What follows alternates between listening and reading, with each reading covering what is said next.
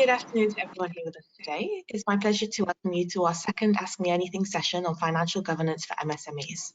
This is the second in a new series of sessions we are holding to connect the business community directly with experts, and we hope to keep holding these as a means of ensuring those who require support will receive it from leading lights of the Gulf business community. For those of you that aren't familiar with the Pearl Initiative, we are the leading and only independent non-profit organisation founded to promote business for the implementation of the highest standards in corporate governance, transparency and accountability across the Gulf region's private sector.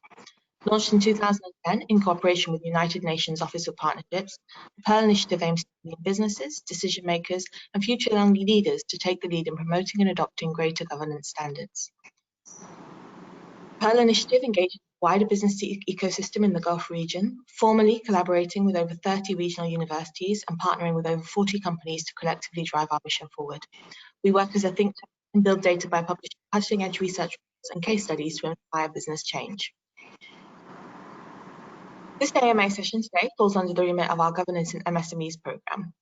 As you know, micro, small and medium-sized enterprises are considered the backbone of the regional economy and account for between 80% and 90% of registered companies across the region. But their contribution to regional GDP does remain low. As MSMEs compete with each other in a saturated marketplace and strive to be both innovative and fiscally sustainable, they must understand the fact that implementing corporate governance is a key to facilitating their growth and success. The Pearl Initiative necessity of good governance for small business success, and in 2017 we launched the Governance in MSMEs program to engage small businesses on the importance of corporate governance for positive economic outcomes. Good governance is flexible and can be modified to fit a business's needs, and is not meant solely for the realm of multinationals and large corporations, as is often believed. MSMEs will find that applying governance policies and practices will help them build a stronger, more resilient and more profitable business than before. About today's session, we are pleased to present this novel Ask Me Anything session for the MSME and broader economic community in the Gulf. The intention is this session is to have a leading expert address the most pressing questions faced by the community on a particular topic. For this session, and given the current regional and global situation, we are aware that our core stakeholders were most invested in understanding more about financial governance management and how they could mitigate and avoid certain financial risks. MSMEs are facing a tremendous amount of uncertainty these days, as with many other businesses, and between the impacts of COVID-19, uncertain business futures, and changing economic realities, MSMEs are facing the brunt of the impact. Financial governance, therefore, is a critical segment of an MSME's business planning and operations, but as the potential for risks is currently high, and as the business world continues to combat the shifts created by the pandemic, it is challenging to know where to begin. About to speaker, we are pleased to welcome Mr. Suresh Kumar. Mr. Suresh Kumar is the chairman and founder of Tricolor Values Group, whose advisory firm focuses on equity within SMEs. Mr. Suresh brings 45 years of banking experience prior to his current role at Tricolor Values Group. Mr. Kumar was the Chief Executive Officer of Msmes and NBD Group, where he spent 25 years in various senior leadership positions. He is the founder of the Indian Business and Professional Council, IBPC, Dubai Community Theatre and Arts Centre, Level Value Fund, as well as it's on the advisory of TIPS Global and other esteemed educational institutions. Mr. Kumar graduated from the Sydenham College with an honours degree in economics. He also holds a graduate degree in investment management programs from the London School of Economics and Stanford University. Mr. Suresh, thank you so much for giving up your time and imparting your expertise and knowledge with our participants. Thank you. Happy to be here. Thank you so much. In terms of some housekeeping, if you haven't already submitted your questions before registering for this session, please feel free to use the Q&A tool on the right side of the screen to submit questions in real time to Mr. Suresh, and he'll address them as he goes through the session. Obviously, Suresh has some great expertise with over 45 years of banking experience behind him, so I must say, do take advantage, and hope you enjoy the session. Thanks to everyone, and handing over to Mr. Kumar to start the session. Thank you, thank you. Always a little awkward to speak about myself, but my 45, in fact it's 48 now, years of experience, you can largely segment it in terms of management experience, hands-on management experience, both in the banking and across the financial services sector, i.e. both non-banking activities and commercial banking activities, both lending and lending-related activities, as it were, in a bank. My governance experience is for the last 18 years on the boards of a number of financial institutions, healthcare companies, private equity funds, Emirates REIT, which is a real estate investment trust, the first listed company of its nature in the GCC. So it straddles a number of activities within the broad banking, financial services, and industrial segments. For a number of years, I raised project finance for large Government of Dubai projects like Dubai Aluminium Company, which is now part of Emirates Aluminium Group, EMAL, and I've also had experience both as an intrapreneur, that is an entrepreneur within an organization, and as an entrepreneur more recently in terms of setting up my own financial institutions, because the regulators were kind. They wanted me to put back some experience and create institutions that can support SMEs, that can support private equity activities with regard to SMEs. So it's a varied experience, and so therefore happy to be part of the session today, the governance in MSMEs. Please feel free to ask me anything, and I'm happy to answer to the extent I know the answers. And where I do not have, I will share my experiences as well. Thank you. Fantastic. Thank you, Mr. Suresh, for that. As a quick introduction, my name is Dylan Coutinho, and I work on the Governance and MSMEs program at the Pearl Initiative. We will kick off today's session with one of our questions from the audience. It seems to be a very direct question, but also one that is very relevant to some of the newer MSMEs attempting to establish themselves. What is the primary role of a chief financial officer within any organization? Is it important to have one for a newly established business? Yes, I think the designation itself is a matter of what suits an organization. So you could call it chief financial officer or an equivalent designation. Very large enterprises may have a finance director, and a very small enterprise may have a head of finance. So you could call it in whatever manner it is, but it's an important function because finance is the lifeblood or the most important element, financial management, for any enterprise, whether it's an SME, a micro enterprise, or a very large enterprise. And within that ambit, you have a whole lot of key activities which are vital, critical, like liquidity management, cash flow management, which is very critical for everyone, including the MSMEs, or especially for MSMEs. And the other is financial reporting, because as you go forward, you have other stakeholders like the banks that lend money to you, your suppliers that are possibly looking at giving you credit, your customers who want to know that you will be a sustainable business in financial terms, and therefore an experienced finance person, preferably a qualified accountant as you grow bigger, brings all the key financial accounting and management accounting information together, presents key MIS to the management so that they can make decisions on an informed basis based on good, credible, up-to-date numbers. And on the other hand, you give comfort to all your stakeholders. Your banks are comfortable that the financial control function is in good hands. Your customers are comfortable that their invoices will be paid in a timely manner. There is a person to reach out. And many entrepreneurs, finance may not be their core strength. They might well have core strength in terms of industrial or commercial or technology background. And therefore, a good finance person acts also as a good risk manager because he has got data, he has got information, he has got the numbers that share with you the status of how well your business is doing or not doing. I hope that answers it. No, it is definitely. Thank you for that. So our next question, we're going to jump directly into financial governance, which is, what are some of the financial governance protocols and procedures that MSMEs should undertake when developing their business plans?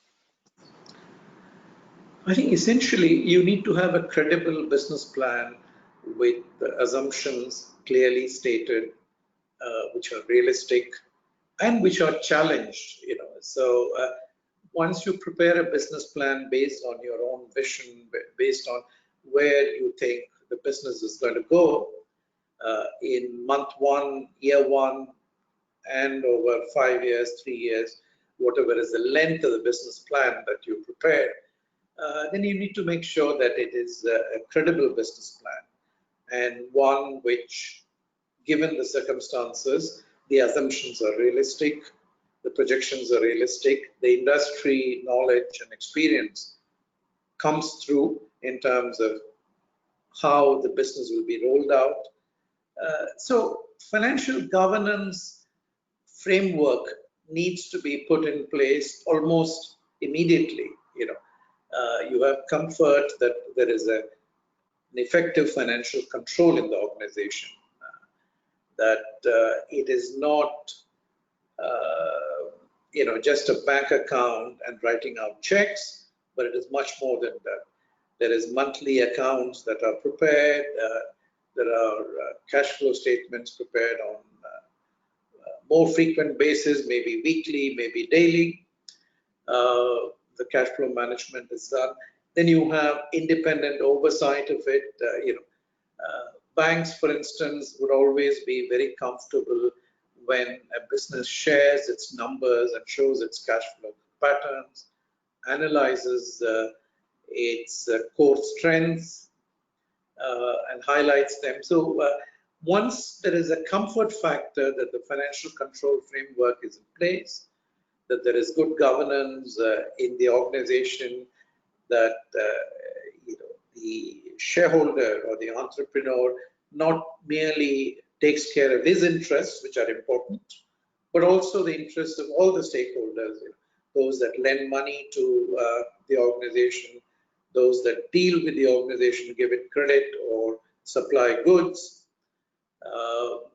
And so you build up these various relationships with counterparties, with your customers, your stakeholders, on the basis of a good governance framework, that the business is run efficiently and matters are dealt with.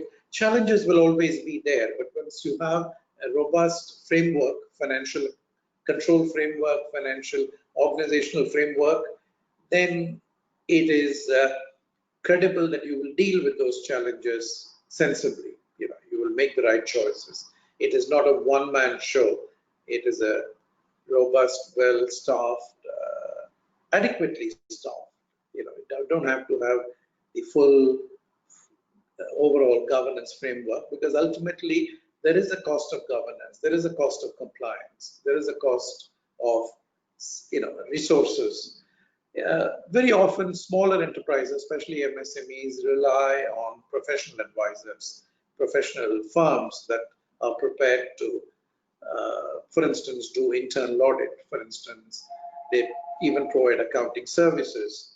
So there is always an opportunity to outsource some activities, but when you outsource, you also make sure that you control it, that it is done on the basis that decisions are made by you as an entrepreneur or by your organization or your board or your team on the basis of managing what is outsourced sensibly. Thank you. From your wealth of experience in both the banking industry and with Tricolor Values Group, what are some of the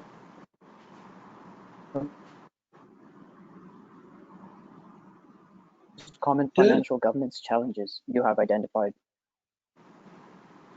Sorry, could you repeat that, Dylan? Yeah, so sorry about that. What I was saying was, from your experience in both the banking industry and with your organization, Tricolor Values Group, what are some of the most common financial governance challenges you have identified within MSMEs, and how can these organizations mitigate these financial risks going into the future? Yes. I think as an organization grows from a startup phase to a more mature phase, some of the key challenges are managing cash flows. I think that is critical. Many organizations fail when they cannot manage their cash flow, when they cannot bring the various, either they overshoot or expand a little too quickly than their cash resources can support, or they are focused overly on one aspect of the business and leave some of these matters to develop into problems or challenges. So I think it's a holistic management approach that is needed. Financial challenges would be there, business challenges would be there, the market challenges would be there. Realizing receivables can often become a challenge, and mispricing can often become a challenge because you price it on the basis of your cost plus, and often if the receivables, for instance, if it takes you 90 days, 180 days to collect your receivables, there is a cost.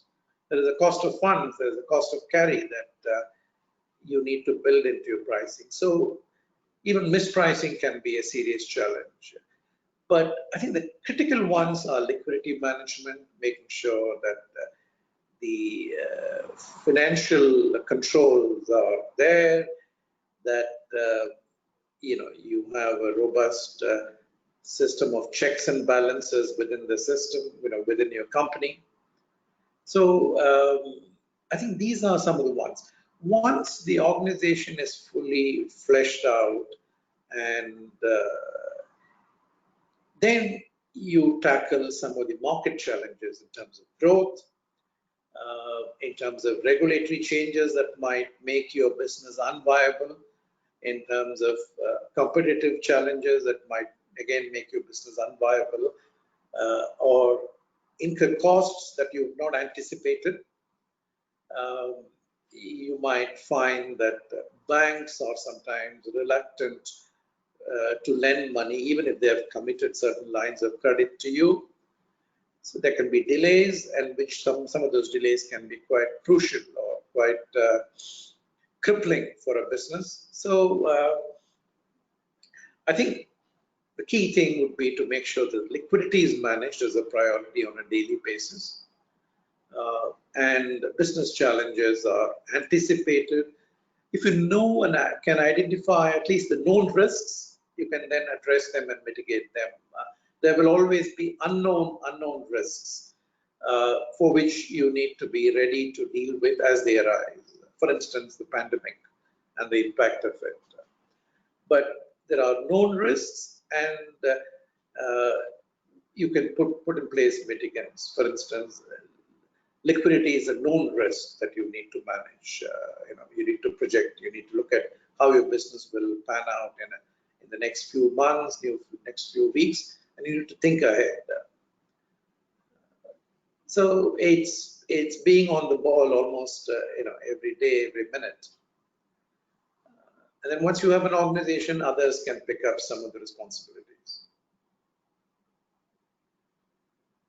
Thank you. Thank you. So our next question comes from an audience member. So this question is very relevant, especially given your experience of sitting on the boards of multiple financial and educational institutions. How important are the roles of board members when it comes to managing financial risk within an organization? And should there be a heavy reliance on just the policies and audit reports, or do board members need to be more actively involved? It's an interesting question. Depending on the organization,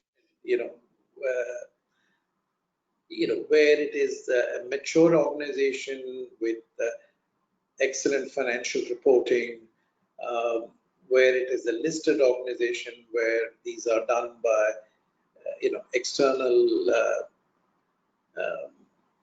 auditors, and the reliance on what is presented to the board is a matter of a comfort building. Once the board member is comfortable that the management is on the ball, they are reporting both good developments and not so good developments, challenges. They anticipate, they prepare strategies and get the board support. They bring issues to the board before the board members hear about it from outside or from other sources. So I think it's a matter of building comfort between the management of a company and its board. Some board members have to be necessarily, therefore, be hands-on when they find that there are some gaps in the management or their capabilities or their abilities in some respects. They bring perspectives, they bring an external perspective, they bring challenge, or they should bring challenge, and not accept what is presented as a given, because you can always make something better, quicker, and more relevant for an organization. But ultimately, board members are exactly that. They are not the CEOs, or they are not the executive management of the company, and therefore they are not hands-on. They can be hands-on during specific times when there is a challenge, but you want the board members to govern and the management to execute on the strategies, execute on the business plans, and report. Once management reports, the board members can give advice, can give directions, can look at succession planning in an organization, can look at what are the gaps in the organization, if necessary, take expert advice on their own initiative for the good of the organization. So the chairman and the board members are there in a supporting role where the management is itself very efficient and effective.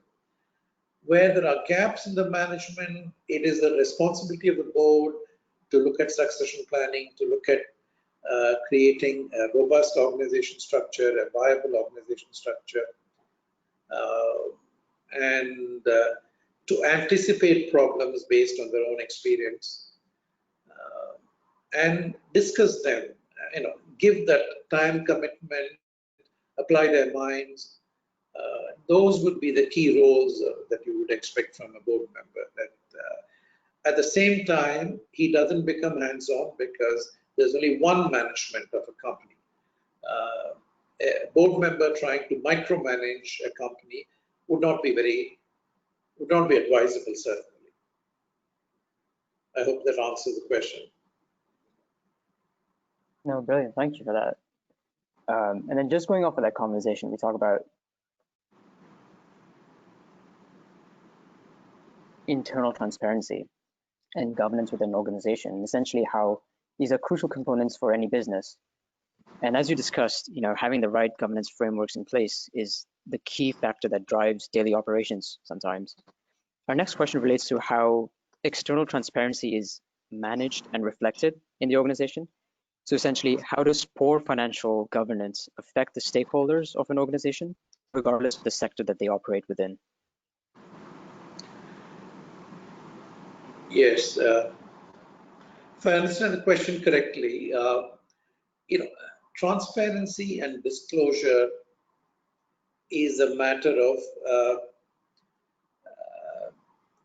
the number of stakeholders in an organization, and whether it is prescribed transparency or best practices in terms of transparency.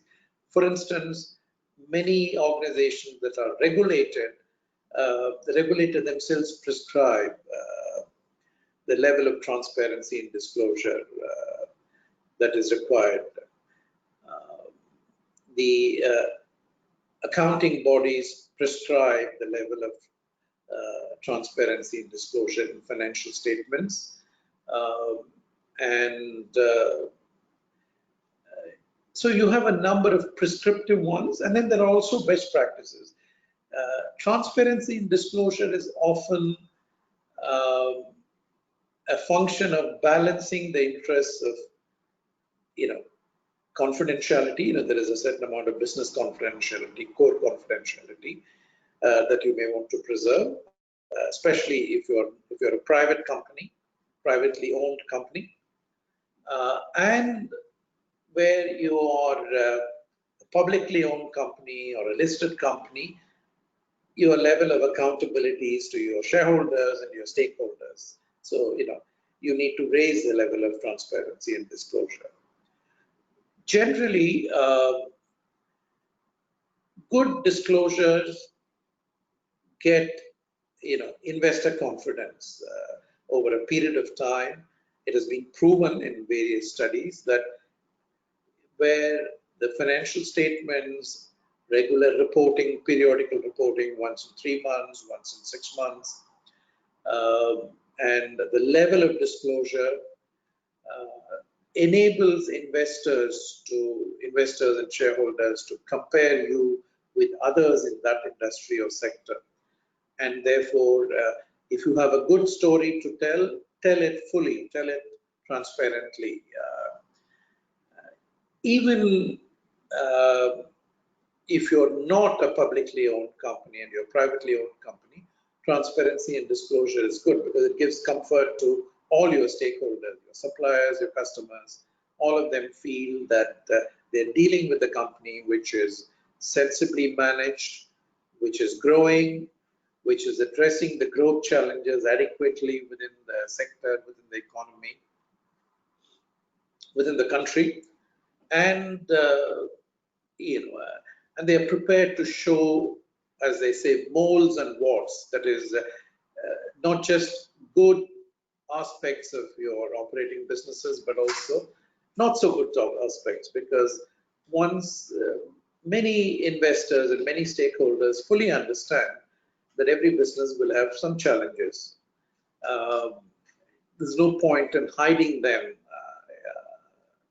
Ultimately you deal with them through disclosures, and you also get an opportunity to say how exactly you're going to deal with a particular challenge or a particular crisis or a particular economic event or a regulatory action that might happen.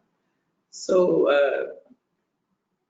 it's globally industry best practices, and that applies to MSMEs in particular, that they disclose, that they are transparent, that they deal with their counterparties and banks and financial institutions on the basis of numbers and facts, and not on the basis of excellent PowerPoint presentations.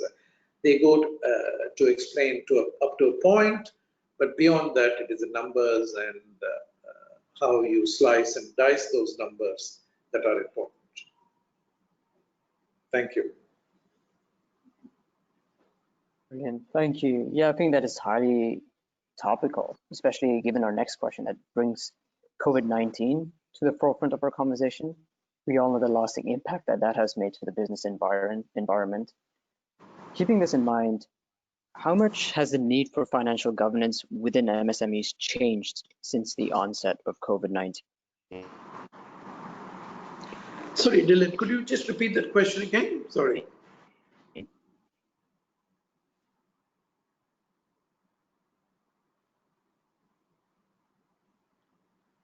Dylan? Oh, yeah, sorry. The question was, how much has the need for financial governance within MSMEs changed since the onset of COVID-19? It's interesting. I think MSMEs in particular have been impacted by COVID in a manner in which none of them could have anticipated. The impact was when you have a pandemic in in full force across many geographies. It affects not just the economy in which you are operating, but the economies in which your customers, your suppliers, especially in a global supply chain business, where your business is dependent on suppliers from different geographies, it affects enormously. Now, it's a problem that most will understand if you're transparent.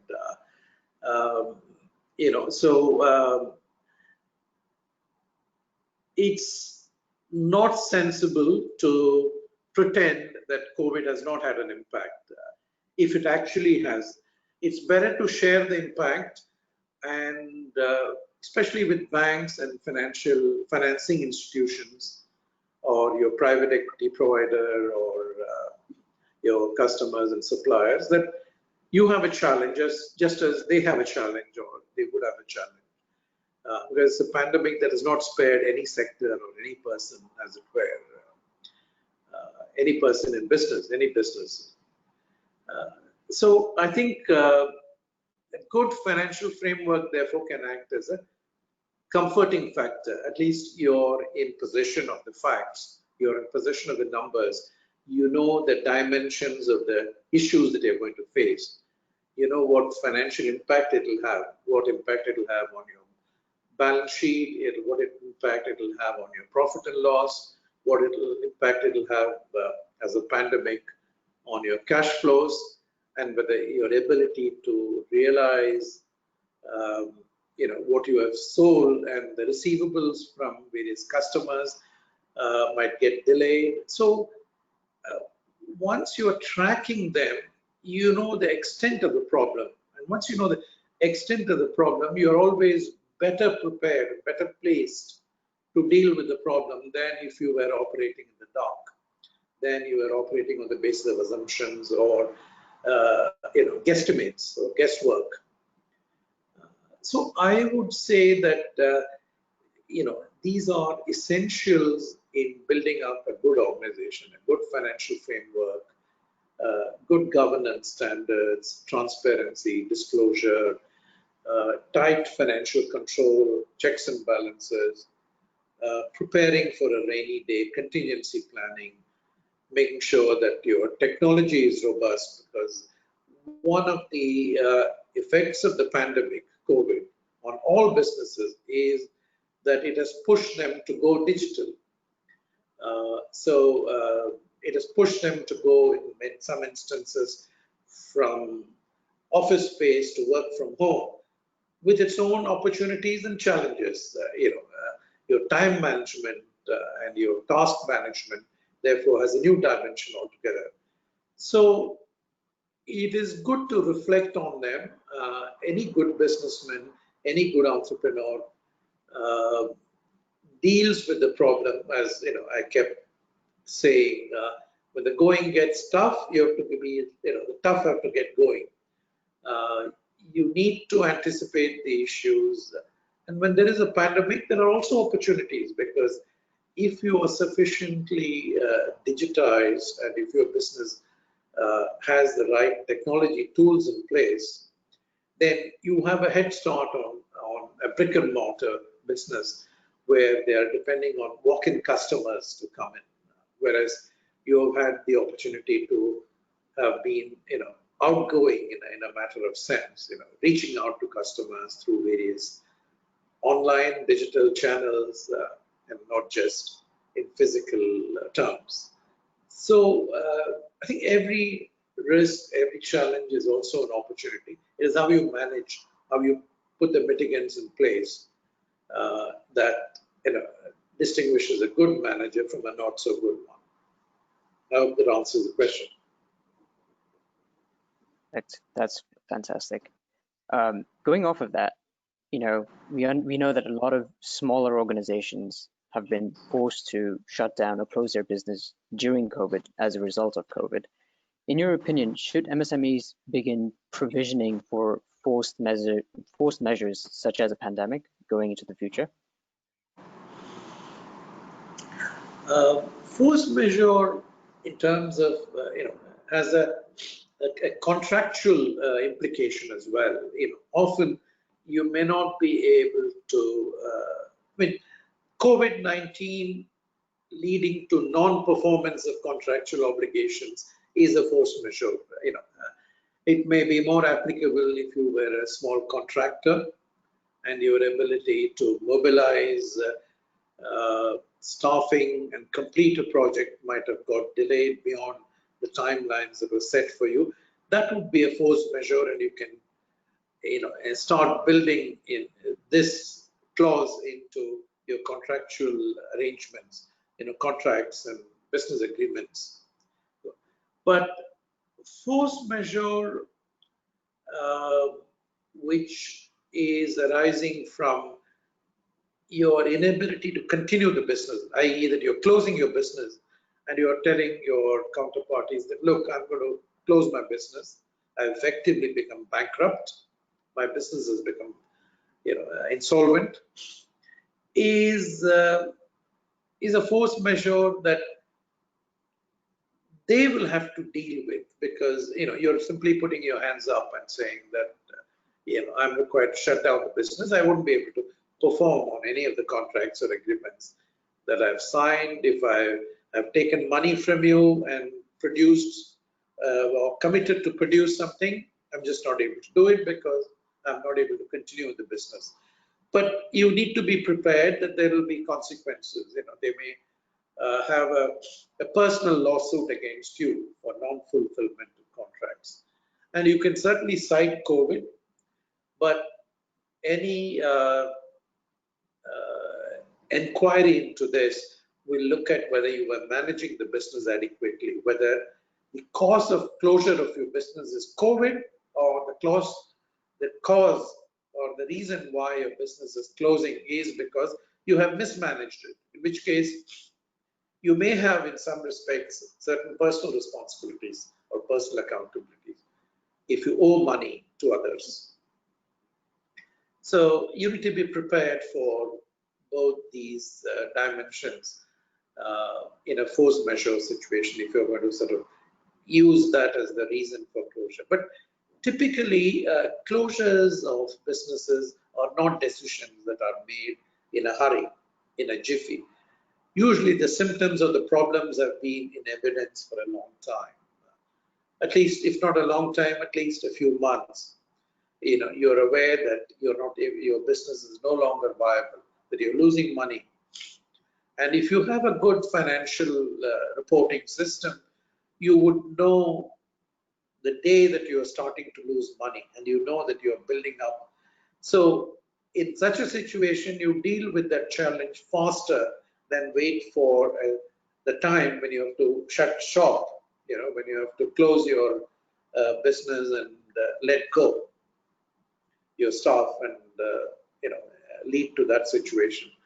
So even closing can be a very gradually controlled, managed process where you minimize the impact on others.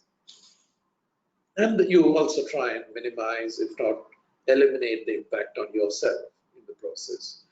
So you need to also consider whether it makes sense to merge your business with somebody else who is doing better in the same sector, in the same line of activity, in the same line of business.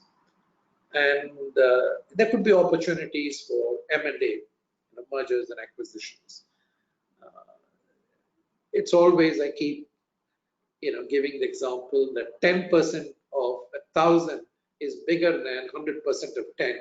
So often you need to admit to your mistakes, you need to admit to your inadequacy or your insufficiency, and join forces with others. If it's easier said than done, but you should explore that opportunity as well of joining forces, mergers, bringing in external investors, bringing in good managers to turn around the business. So it's a matter of making sure that you deal with it from all dimensions, from all aspects. Thank you. Thank you. Can I quickly take a moment to remind our audience that they can send in their questions using the Q&A tool on the right side of the screen. So if you do have any questions for Mr. Suresh, feel free to send those across. While we wait,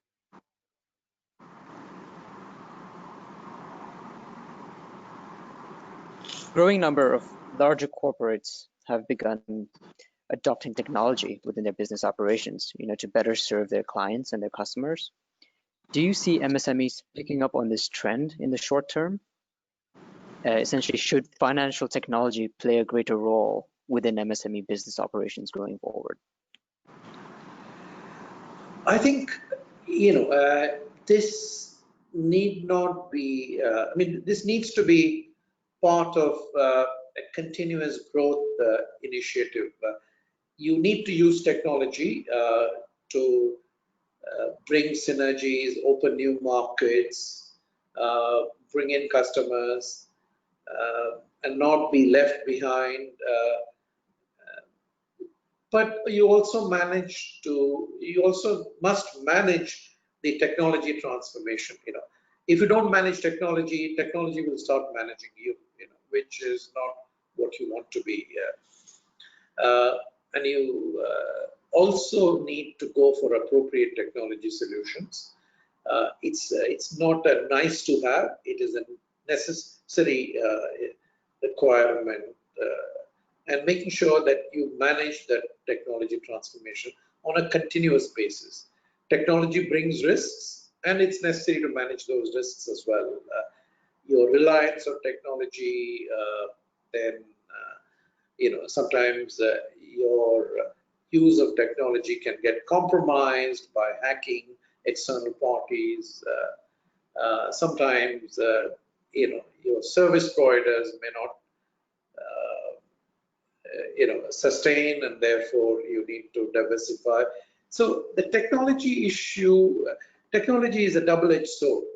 You need to get the best out of it while managing the risks that go with it. But it's no longer a choice. Technology is not a choice in terms of adoption. I think going forward, every business, to a large extent or to a lesser extent, will need to adopt to technology, increasingly to digitization, increasingly to operating with a technology edge, as it were. It's a competitive edge. The more you're technologically advanced in your business practices, you get a little head start in the business, as it were. So it's no longer an option, it's a necessity,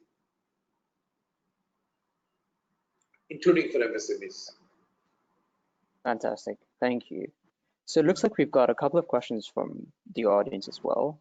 Our next question is, what is the greatest challenge you faced as a finance professional, and how would you compare that to the situation we face currently with the COVID pandemic?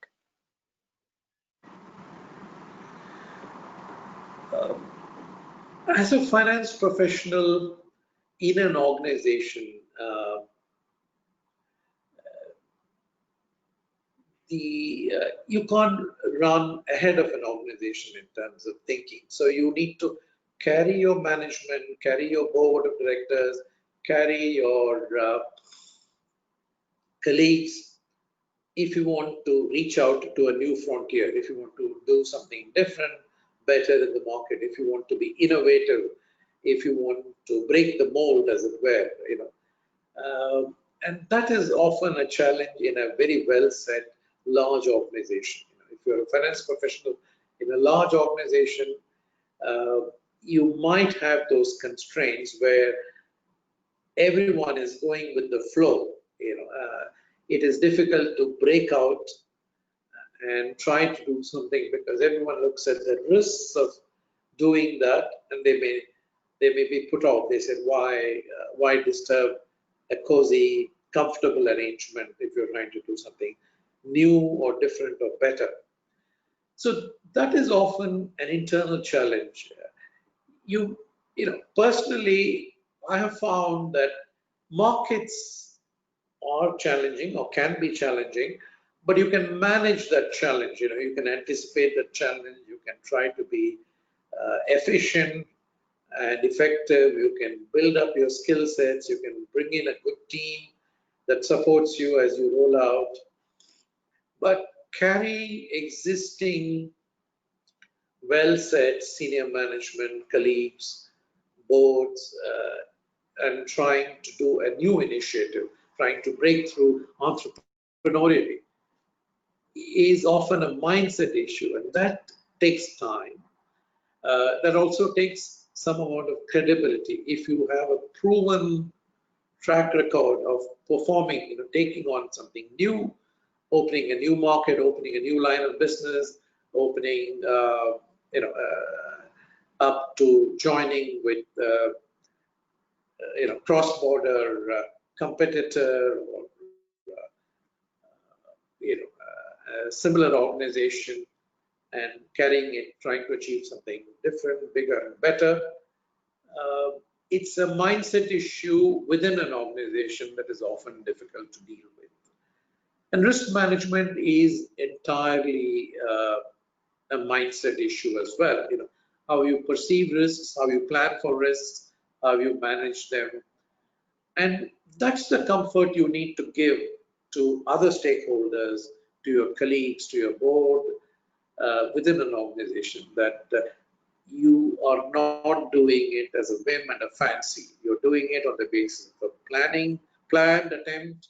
You have prepared, you have thought through what are the risks, you have identified what are the mitigants, you have clearly demonstrated to them and to yourself that this is a worthwhile initiative to take or a good decision to make. That is a process. So it's a journey. You build comforts, you build credibility over a period of time in an organization as a finance professional. Finance professionals are listened to with respect as long as they're credible. If they are found to be making statements or producing numbers that don't add up, as it were, then you have a problem. You will have a problem even if you're right the next time around in terms of acceptance. Thank you. Perfect. Yep, thank you for that. Another question from the audience, and I think this is a question that everyone would like the answer to, is, as we all know, there is a lot of uncertainty that surrounds us during this pandemic. When do you see the market sort of picking itself up?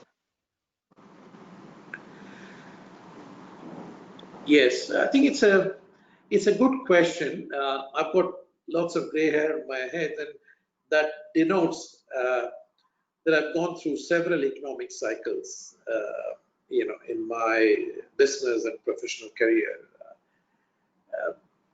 Every crisis resolves itself, and often the rebound from a crisis is a much better time to commit to business and commit to new business and growth than if things were normal and steady state of affairs. So COVID will pass. Already in the UAE and globally in some other parts, vaccines are in phase 3 situation. So it's only a matter of time. It's not if, it's a when. It could be a few months, it could be a few more months, etc. Second is, from the time we started in January, February this year to where we are today, we already are dealing with that situation a lot better. We know the problem, we know the impact, we know the implications. We're able to plan out and reach out. Any good businessman, any good manager identifies, and by now he would be, the worst case scenario is before us or over or behind us. It's not ahead of us. So the situation can only get better. But this is not to say that you can lean back and wait for it to unfold. I think every MSME, every organization, large, small enterprise, will need to plan and do a contingency planning for the post-COVID scenario, because competition will start building up. Some of the supply chain challenges will remain possibly, because most businesses in many parts of the world have been affected. As they restart, they will have some issues restarting. They will not come back to capacity overnight, full capacity, as they were in the pre-COVID scenario. So once you anticipate, that your supply chain, if there are challenges, how do you deal with it? What are your contingency plans?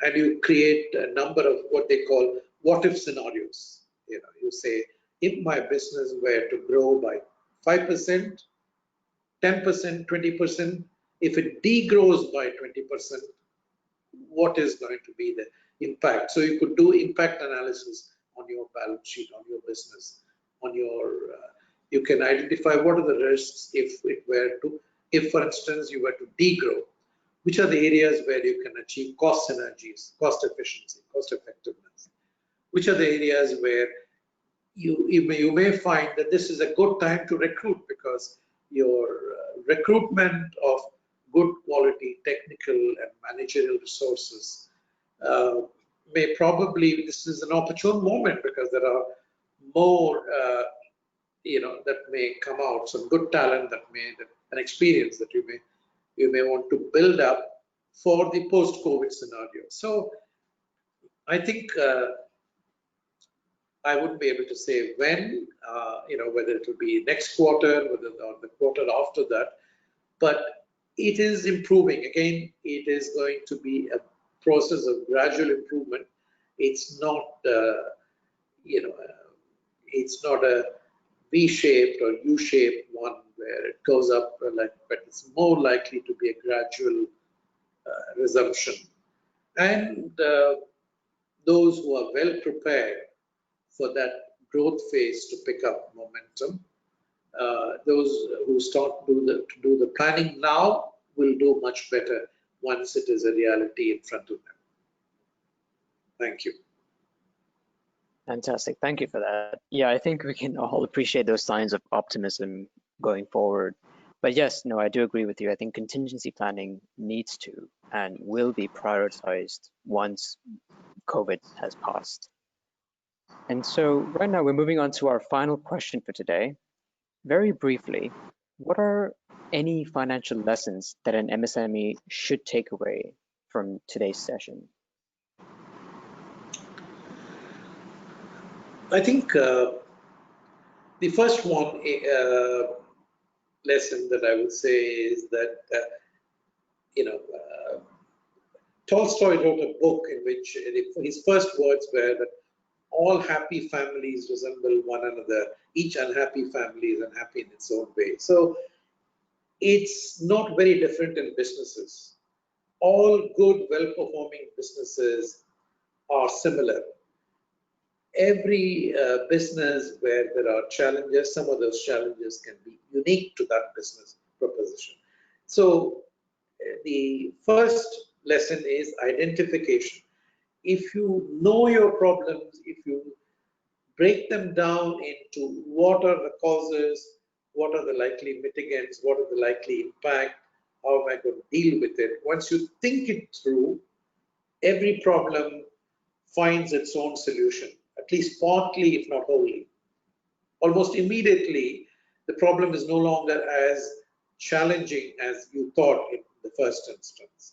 So the planned, disciplined, anticipatory approach is always better than dealing with an issue on the hoof, on the hop, as it were. The second critical element, which I mentioned earlier, is liquidity management. Cash flow is king, as they say, and that is true for all businesses.